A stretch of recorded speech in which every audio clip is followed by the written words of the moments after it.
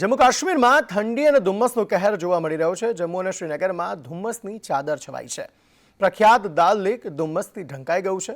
તાપમાનનો પારો ગગડીને 2 ડિગ્રી સુધી અહીં પહોંચ્યો છે અને હજુ 4 દિવસ જમ્મુ કાશ્મીરમાં ધુમ્મસ છવાયેલું રહેશે તેવી આગાહી પણ કરવામાં આવી છે।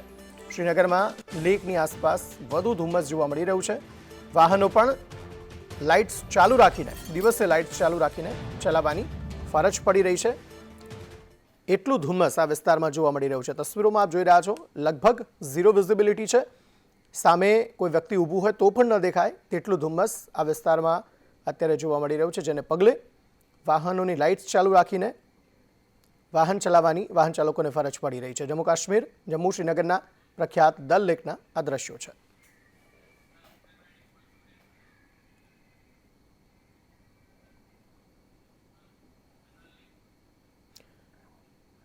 તો દલ લેક ખાતેની તસવીરો, જ્યાં વાહન ચાલકોને પોતાના વાહનોની લાઇટ્સ ચાલુ રાખીને વાહન ચલાવવાની ફરજ પડી રહી છે। એટલો ધુમ્મસનો કહેર જે છે તે આ વિસ્તારમાં જોવા મળી રહ્યો છે।